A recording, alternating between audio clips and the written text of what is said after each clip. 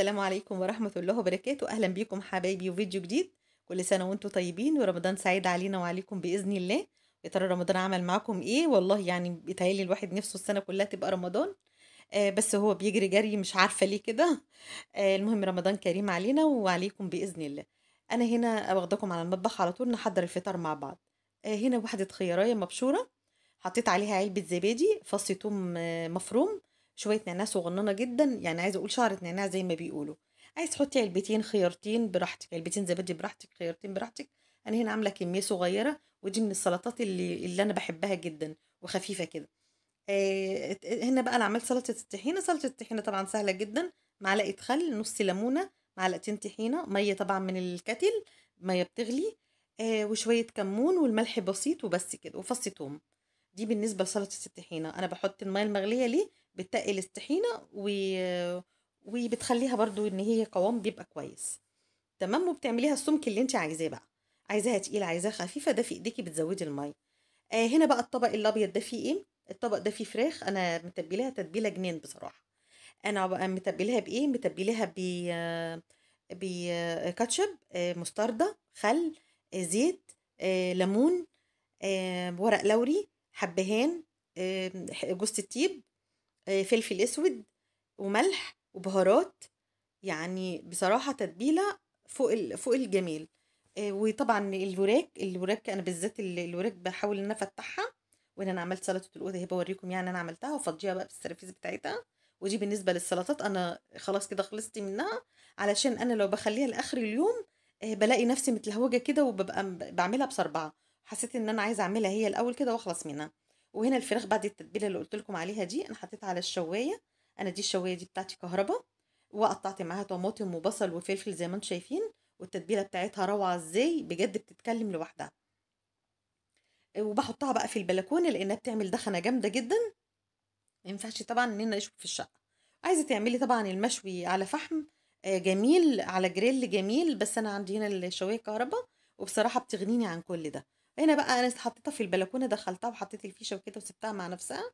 وفتحت طبعًا الستارة لإن الدخنة بتبقى جامدة أوي وبتدخل الشقة، فما كانش ينفع خالص بصراحة إن أنا أعملها في الشقة.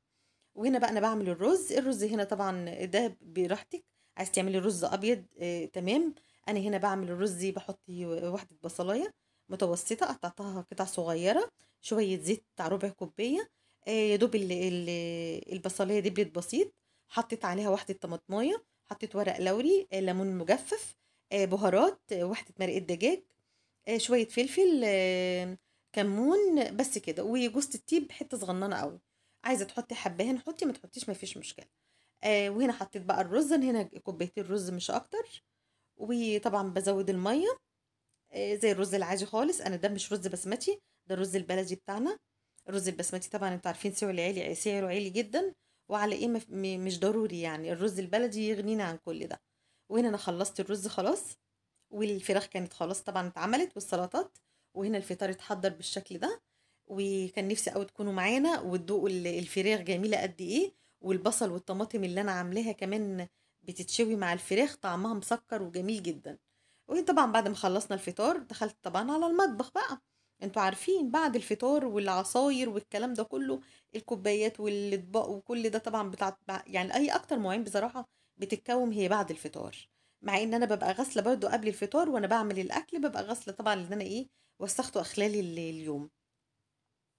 تمام. طبعًا أنا قبل ما باعمل أي حاجة، أنا باحب إن أنا أحط غسالة الأول، أقول تتغسل عقبال ما أنا ما أخلّص اللي ورايا.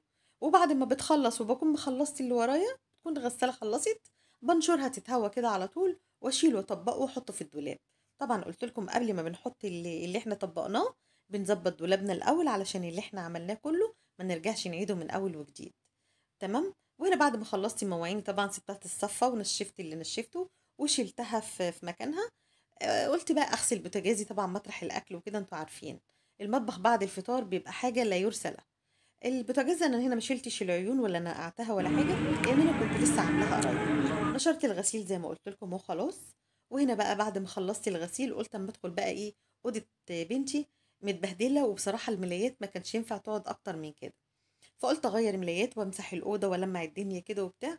وضبطت طبعا الريسبشن، انا كنسته عادي بصراحه، ولمعت الترابيزات وكده. ما عملتش اي حاجه في الريسبشن غير كده، لكن ولا مسحته ولا عملت حاجه. يا دوب كنسته بس ولمعت الترابيزات وكده. اوضه النوم انا يا دوب بشد السرير كده واظبط الدنيا واكنسها وبتاع، لان اوضه النوم هي اكتر مكان ما بيتبهدلش عندي. لكن اوضه ملك اكمننا دايما كتير بنقعد فيها، وبتبقى جايبه صحابها وبتذاكر فيها بتاع، فعلشان كده هي اكتر اوضه بتتبهدل عندنا. وهنا قلت اغير بقى الملايات بتاعتها والمع الخشب كده. وطبعا يا جماعه هو شغل البيت ما بيخلصش، بس طول ما ايدك في البيت اعرفي ان الدنيا كلها هتبقى دايما نضيفه معاكي. وانا عند ما بحس كده ان الغايات، انا ما عنديش الوقت بصراحه ان انا اغير فيه الملايات كل قد ايدي. انا عند ما بلاقي ان الملايه شكلها ما بيعجبنيش، وبحس خلاص بقى دي ما ينفعش تقعد تاني اكتر من كده، بقوم شايلها وحاطه غيرها على طول. وده يعني احيانا بيحصل بتهيألي بتاع ممكن كل 4 ايام تقريبا او كل 5 ايام. وهنا انا غيرت ملاية السرير الاولاني، وهي طبعا الاوضه هنا عباره عن سريرين، وهنا هو بفرش السرير التاني. انا الملايات اللي حطاها تحت الملايه دي ده كفر عاملاه انا كده للمراتب. لان انا ما اشتريتش بصراحه الكفر اللي هو موجود دلوقتي. فطبعا دي ملايات انا ما كنتش بفرشها، عملت لها استك كده داير ما يدور عند اي خياطه او ترزي. جبت له استك وركبه لي داير ما يدور كده زي الكفر بالظبط، وركبته على المرتبه، وبيحمي المرتبه من اي تراب من اي حاجه. والله ومن ساعه ما حطيتهم على المرتبه هم بجد المرتبه يعني ما بتتبهدلش عندي ولا بيجرى لها اي حاجه. يعني ممكن تحل محل الكفر اللي هو دلوقتي انا سالت عليه الصغير الواحد كان عامل 200 او 220 230 حاجه زي كده، ده السرير الواحد. سرير 120 والسرير المتر كان تقريبا عامل 200. فطبعا مش رخاص يعني. وهنا بلمع طبعا الاخشاب، انتوا عارفين انا ما بحبش ان انا اروق واعمل الاوضه الا لما لازم المع الاخشاب اللي حواليا كلها. والفوطه طبعا بقت بالمنظر ده، بغسلها تحت الحنفيه على طول كده بشويه مسحوق. وبكده الفيديو بتاعنا خلص، والسلام عليكم ورحمه الله، ويا رب يكون عجبكم.